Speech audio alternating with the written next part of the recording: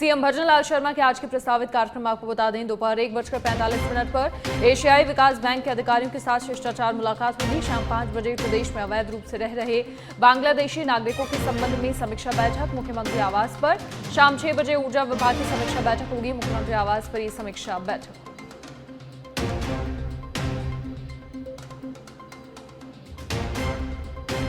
मुख्यमंत्री आवास पर समीक्षा बैठक होगी। एशियाई विकास बैंक के अधिकारियों के साथ मुलाकात, बांग्लादेशी नागरिकों के संबंध में समीक्षा बैठक। सीएम भजनलाल शर्मा के प्रस्तावित कार्यक्रम दोपहर 1:45 पर एशियाई विकास बैंक के अधिकारियों के साथ शिष्टाचार मुलाकात। शाम 5 बजे प्रदेश में अवैध रूप से रह रहे बांग्लादेशी नागरिकों के संबंध में समीक्षा बैठक।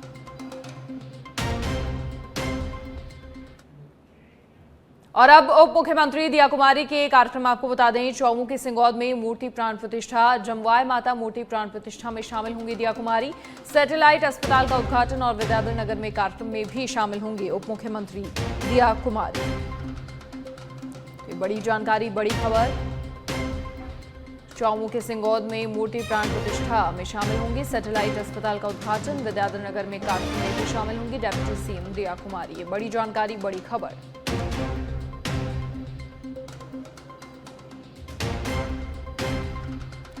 डिप्टी सीएम दिया कुमारी के कार्यक्रम चौमू के सिंगौद में मूर्ति प्राण प्रतिष्ठा, जमवाय मूर्ति प्राण प्रतिष्ठा में शामिल होंगी उप मुख्यमंत्री। सैटेलाइट अस्पताल का उद्घाटन करेंगी, साथ ही विद्याधर नगर में एक कार्यक्रम में भी शामिल होंगी उप मुख्यमंत्री दिया कुमारी।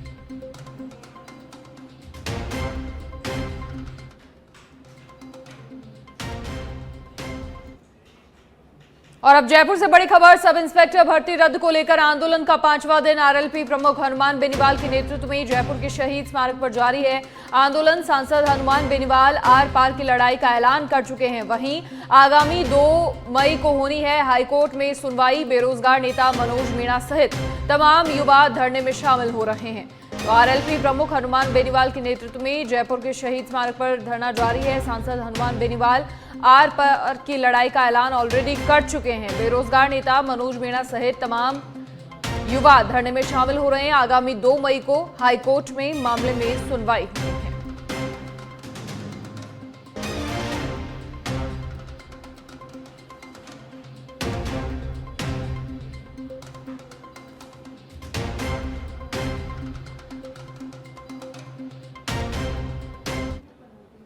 भजनलाल सरकार लगातार आमजन के जीवन को आसान बनाने का काम कर रही है और इसी क्रम में दिव्यांगों को भी पढ़ाई तथा स्वरोजगार के लिए आने जाने में उनकी जिंदगी को आसान बनाने की दिशा में इस बार 2000 दिव्यांगों को स्कूटी देने की घोषणा बजट में की थी। घोषणा को पूरा करने के लिए सामाजिक न्याय एवं अधिकारिता विभाग ने कार्य करना शुरू कर दिया है। प्रदेश के 2000 दिव्यांगों को स्कूटी वितरित करने के लिए आवेदन प्रक्रिया शुरू कर दी है।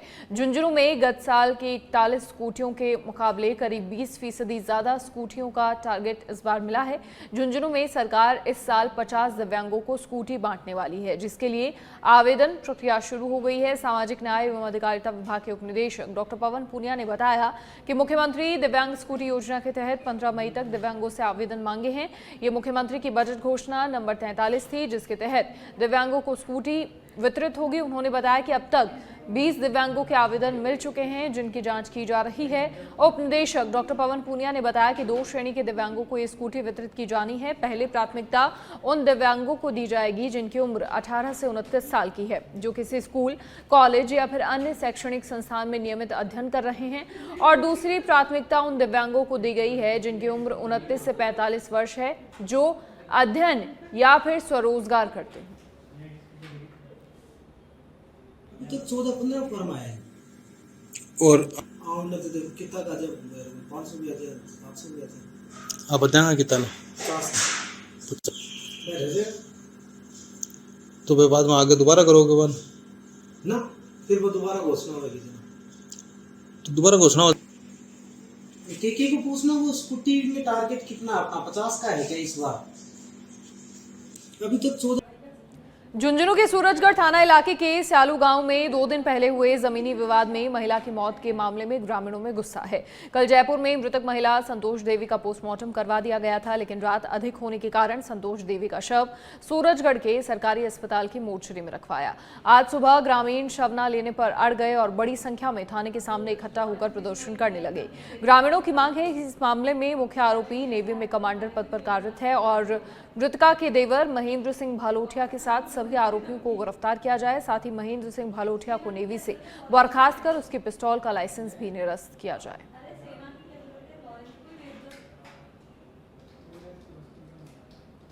मांग ये है कि कर्नल महेंद्र भालोठिया ने अपनी भाभी के सर में रोड मार के उसकी हत्या कर दी गई।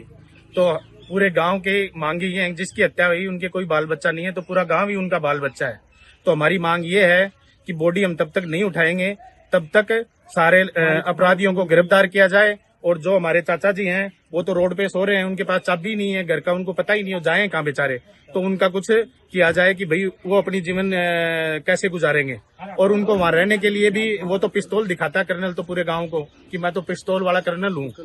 या होगी हमारे मौसी है उन्हें मार दी और उन लोगों ने वे गिरफ्तार कराना चाहा, 5 लोगों ने जो देवर जेठा मार दी, भाड़ा मार दी, उनको आपसी जमीन खोसना चाहा, उनको सब कुछ छीनना चाहा। हवे मांग लेके यहाँ 5 आदमी गिरफ्तार होना चाहिए, उनको जो कुछ है वो सब कुछ खत्म करो जाओ रहूं।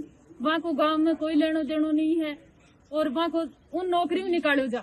अब हमारी मांग ये है कि कर्नल महेंद्र और जोधपुर पुलिस कमिश्नरेट की कालिका टीम ने जान बचाई। आत्महत्या करने गई महिला की जान बचाई गई है।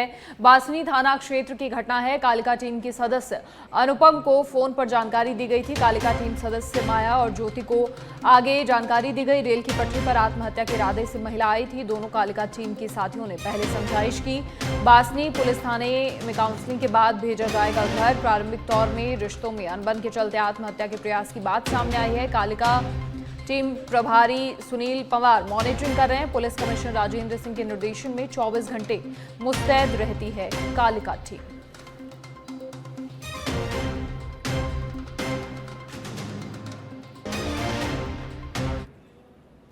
उत्तरकाशी ही नहीं बल्कि नवलगढ़ में भी बद्रीनाथ धाम मंदिर है, जिसमें बद्रीनाथ धाम की तर्ज पर मंदिर के पट अक्षय तृतीया को एक ही दिन खुलते हैं। नवलगढ़ स्थित बद्रीनाथ धाम मंदिर में सुबह 4 बजे मंदिर के पट खुले। मंदिर के पट खुलते ही श्रद्धालुओं का तांता लग गया। पूजा आराधना करने वाले महंत मातादीन शर्मा ने बताया कि मंदिर की स्थापना सैकड़ों वर्ष पहले हुई थी। इनके पूर्वज बद्रीनाथ धाम की पूजा पद्धति के अनुसार ही यहाँ पूजा करते थे। आज भी इस परंपरा का निर्वाह यहाँ किया जा रहा है। मान्यता है कि चारों धाम में से उत्तराखंड के बद्रीनाथ के दर्शन करने के बराबर ही यहाँ आने वाले भक्तों को पुण्य मिलता है। अक्षय तृतीया के दिन तड़के से ही श्रद्धालु आना शुरू हो जाते हैं। साल के बाकी 364 दिन मंदिर के पट बंद रहते हैं। लोगों को इस मंदिर के दर्शन के लिए 12 महीने का इंतजार करना पड़ता है। उत्तराखंड के केदारनाथ बद्रीनाथ धाम में अक्षय तृतीया के दिन ही पट खुलते हैं।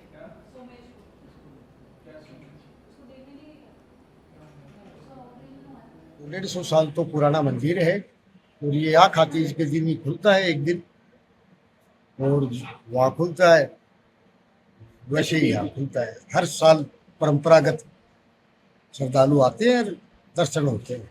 प्रसाद वगैरह कहीं प्रसाद चना की दाल और मिश्री और पंचामृत दिया जाता है। हमारी 3 पीढ़ियों से चलता आ रहा है, और हमारे दादाजी पिताजी और अब हम कर रहे हैं ये।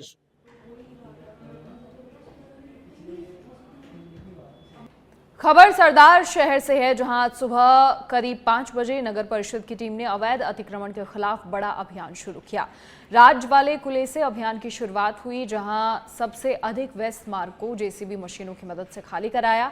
शहर में रास्ते चौड़े और सुगम बनाने के लिए कार्रवाई की गई। मलबा हटाने के लिए ट्रैक्टरों की सहायता ली गई। मौके पर नायब तहसीलदार प्रहलाद पारिक और नगर परिषद सभापति राजकरण चौधरी स्वयं मौजूद रहे। पूरे अभियान की निगरानी की गई। साथ ही सभापति जैसा कि कल मैंने आपको बताया था, आज सुबह से हमारी टीम ने जो है रास्ता जो आवागमन बाधित हो रहा था, एम्बुलेंस के लिए बाधित अतिक्रमण की वजह से हो रहा था, तो वो सभी हमने सोच के और जो अतिक्रमण है आमजन के सहयोग से की अपील करते हुए आज हमने काम शुरू किया है। और अभी आप देख रहे हो किसी प्रकार का कोई विरोध स्वरूप जो है लोग हमारा सहयोग कर रहे हैं। और कुछ ही दिनों में हम आपको विश्वास दिलाते हैं एक चौड़ा सुगम रास्ता हम आप पब्लिक के लिए और वाहनों के लिए उपलब्ध कराएंगे। और आम जनता से पुनः मैं एक बार हाथ जोड़ के अपील करूंगा कि थोड़े त्याग और बलिदान की भावना दिखाते हुए शहर के हित में सहयोग करें, ताकि अक्षय तृतीया के पावन मौके पर आज मंदिरों में भगवान परशुराम जी की विशेष पूजा अर्चना हो रही है। झुंझुनू के चड़ावा कस्बे में स्थित नगर से श्री कल्याण प्रभु के मंदिर में भी मंदिर महंत श्री प्रकाश पुजारी ने भगवान परशुराम की विशेष पूजा अर्चना की। इस मौके पर भगवान परशुराम जी की प्रतिमा को फूलों से सजाया, वहीं विशेष आरती के बाद प्रसाद वितरित हुआ और इससे पहले पूर्व पार्षद प्रदीप पुजारी, पालिका कर्मी मोतीलाल लाठा समेत अन्य वक्ताओं ने भगवान परशुराम जी के जीवन पर प्रकाश डाला।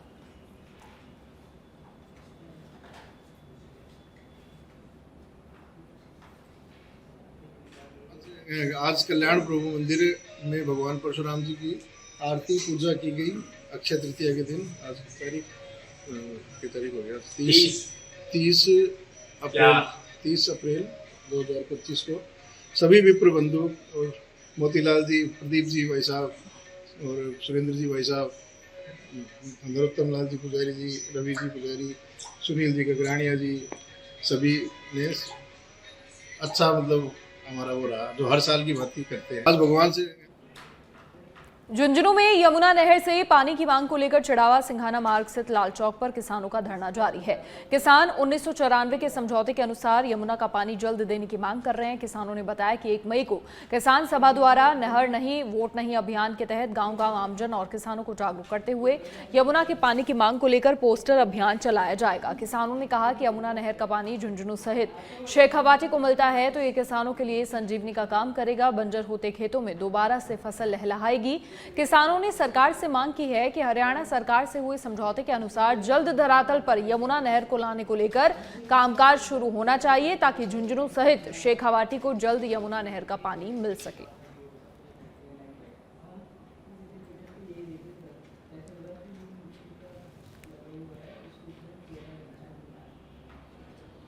एक मई को मजदूर दिवस भी है, तो इस मजदूर दिवस के उपलक्ष्य में हम यहाँ पे ज्यादा से ज्यादा संख्या में एकत्रित होंगे। हमारे 2-3 प्रस्ताव हैं कमेटी के, मैं आपको मोटा मोटी बता देता हूँ। पहला प्रस्ताव ये है, हम स्टिकर बनाएंगे, पानी नहीं तो वोट नहीं। यहाँ आम आदमी पानी के लिए त्राही त्राही कर रहा है, प्यासे मर रहे हैं लोग, प्यासी है धरती, अनाज बंद हो गया, पानी बिल्कुल ख़त्म हो गया। टैंकरों का हजार रुपया ले रहे हैं, 10-10 किलोमीटर से टैंकर आ रहे हैं। ऐसी स्थिति में हम जो है बड़ा आंदोलन करेंगे। इस बार छले नहीं जाएंगे, उठेंगे नहीं और धरना नहीं हटाएंगे जब तक धरातल पर नहर नहीं आएगी। हर कीमत पर नहर लेंगे। जय हिंद, जय भारत। 1 मई को झुंझुनू के बवाई थाना इलाके के कालोटा गांव में पैदल जा रहे व्यक्ति की मोटरसाइकिल से टक्कर से मौत हो गई। मृतक के भाई मदन सिंह ने पुलिस को रिपोर्ट दी। पुलिस ने बाइक चालक के खिलाफ मामला दर्ज कर मृतक के शव का पोस्टमार्टम करवाकर परिजनों को सुपुर्द कर मामलों की जांच शुरू कर दी है। कोई सूचना मिली थी कि कोई एक्सीडेंट होके और मजरूब हुआ है, तो अस्पताल बवाई में लेकर आए। उस सूचना पे हमारी थाने की टीम गई थी और ये जाके चेक कराया तो ये जो जयराम है, इसकी एक्सीडेंट में मृत्यु होना पाया गया, तो उसको लेके ना मोर्चरी में यहाँ शिफ्ट कराए। अब इसके गार्जियन आए हैं, इनसे रिपोर्ट प्राप्त करेंगे। चाकसू कस्बे में अक्षय तृतीया के अवसर पर भगवान परशुराम जन्मोत्सव के उपलक्ष्य में कलश और शोभा यात्रा का आयोजन हुआ। नीलकंठ हनुमान महादेव मंदिर में पूजा अर्चना के बाद यात्रा प्रारंभ हुई। यात्रा के मुख्य बाजार होकर के यात्रा महर्षि गौतम बगीची में पहुंचकर इसका समापन हुआ। कलश यात्रा में बड़ी संख्या में महिलाएं शामिल हुई। कार्यक्रम में विधायक राम अवतार बैरवा और विप्रसेना प्रमुख सुनील तिवारी, महेश शर्मा, विप्रसेना जिलाध्यक्ष जयपुर ग्रामीण युवा प्रकोष्ठ केदार शर्मा, विधानसभा अध्यक्ष विप्रसेना युवा प्रकोष्ठ चाकसू के बी शर्मा मौजूद रहे।